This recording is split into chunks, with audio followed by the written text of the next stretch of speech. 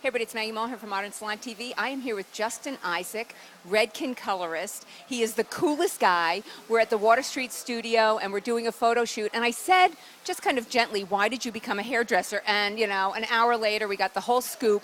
But let's we got to make this within 5 minutes. And let's start with just a little bit about your upbringing. You were in Los Angeles, right? Yeah, I was in Los Angeles, and I was a curious kid, but I was a bad kid. I was a juvenile delinquent. I only really finished 6th grade and found myself incarcerated for some time as a teenager. Oh, that's it. Oh, we spent an hour on that, and this is what you're giving. So, but he also said, which I loved, that he really got his start in hair at a very young age because. It was like my rebellion. I would get in trouble. I was raised by a grandmother who was blind, and I would sneak out of the house and go to the supermarket, and I would steal hair color. And I would come home and color my hair, but because she couldn't see me, it was like the hidden thing, but then my mom would come back around and see it, and it was almost my way to rebel against my mom, because she didn't know I physically left the house, but she knew I had to, but she didn't catch me. So it was kind of like a cool deal for me. So I got into hair color without knowing that way. And then as I got a little bit older, all of my friends had skater cuts and these buzz cuts, and parents would give them $10 to go to Supercuts or go to the barber. And I went and bought a pair of clippers, and we would collect all our friends' money, and I would cut everybody's hair, and then we had money to go buy beer or party and hang out. Oh, you are just such a bad boy. Okay, so he did that, and then basically you got in a lot of trouble, and it was either prison or going into. Yeah, it was prison or it was going to the military, and I decided to go to the military. I went into the Navy because they sold me on it, and I loved the beach, the ocean. I didn't know exactly what I was in for. I went into the Navy, did 2 years active, 4 years reserve, and when I got out, I basically needed to figure out what I was going to do. And that's kind of how I got into hair, but it was never an intention. It was never a choice. It was. So that's what we got to. So how did it happen? I got out of the Navy, and I had met a girl, and I wanted to go on a date, but my car was being worked on. I had crashed it. So I asked my Mom, could I borrow your car? And she's like, no, you've been out of the Navy for 2 weeks, and you haven't found a job. And I was like, I've just been in the Navy 2 years. And she's like, don't act like you wanted to go there, kid. Don't act like it. Get a job, show me some intention to get a job, and you could use my car next Friday to go on this date. And I looked around, and there was nothing that I felt qualified to do. And literally one day, that Friday, I opened up the LA Times, and it said, assistant needed, must be able to shampoo hair. And I was like, I shampoo my hair every day, I'm in.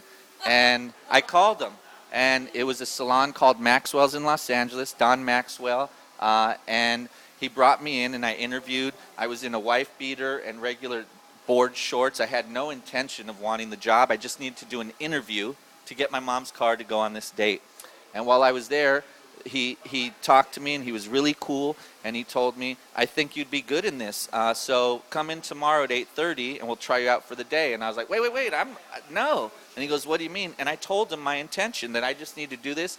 And he looked at me very sternly, and he told me, between me and you, kid, you know you don't do this. You know that's not respectful. You know that's not the cool thing to do. So I'll see you tomorrow at 8:30. And I was like, and I was raised by women, and the men that I knew weren't positive. They were more in the street and stuff. And this is the first time I ever felt like almost like a man-to-man thing. And I said, okay. And I said, what should I wear? He goes, wear what you want. I don't care, kid. And I was like, all right. And I came in the next day and assisted for that day.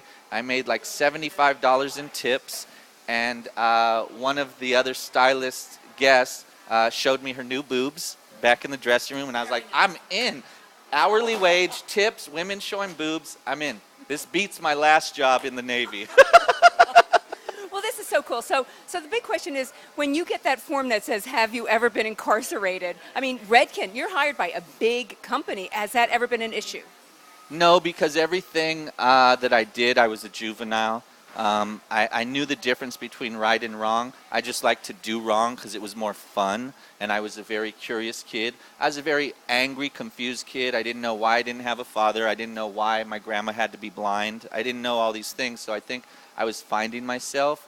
and I got caught up in wrong groups or wrong situations, and it was all juvenile. So since I've been 17, I'm clean. I'm good to go. You know, this is just such a great story because those of you out there who think you have, you know, a crummy past, I mean, look at you can turn into something pretty fabulous. And I asked Justin, what about all your friends that you grew up with? What's going on with them? And the answer is. Some of them have passed for different reasons. Some violent deaths, some natural. Some are still on the streets hustling. I still know the majority of the kids that I grew up with, and some of them I could still see and hang out because I believe that we could uplift people opposed to them bringing them down, and I believe I've learned and I'm strong enough that I could be a positive influence on them. But some of them have gone, some are still here. And then look at this, and now people pay money and come watch you on stage, and they learn from you, and you teach at the Exchange, and you're here on, being interviewed for a magazine, and your work is appearing on the pages of magazines. So it's a really nice story about what can be. What is your message to people out there in the modern salon world? My message to everybody out there would be that, don't forget where you came from, embrace who you are. We're more alike than we are different, and we're all unique in our own ways. Everybody is like a wall, and we all have graffiti on our wall. But some people every couple years get fresh paint and paint over their wall, and they act like, I've never lied, I've never hurt anybody, I've never cheated, I've never divorced, I've never stolen. And the reality is everybody has done dirt. And I think what I've learned in my life is to embrace every blemish on my wall. And every mark on my wall is what makes me who I am, and I couldn't sit here with you, stand with Red, can do anything that I do with any integrity if I didn't embrace everything on my wall. So I refuse to paint over my wall. And some people don't like that, and they walk around the world with their fancy cars, clothes, and where they live. But I understand that their wall is just as messed up as my wall. They just happen to paint over it all the time. Wow, you are just so chock full of great messages, and with a 6th grade education, you are the coolest guy. We're having so much fun today. Thank you for coming with us, and thanks for doing a beautiful thing. I can't wait for you to see it. It's running in this fall in 2014, and good luck with the rest of your career. Thank you very much. My pleasure.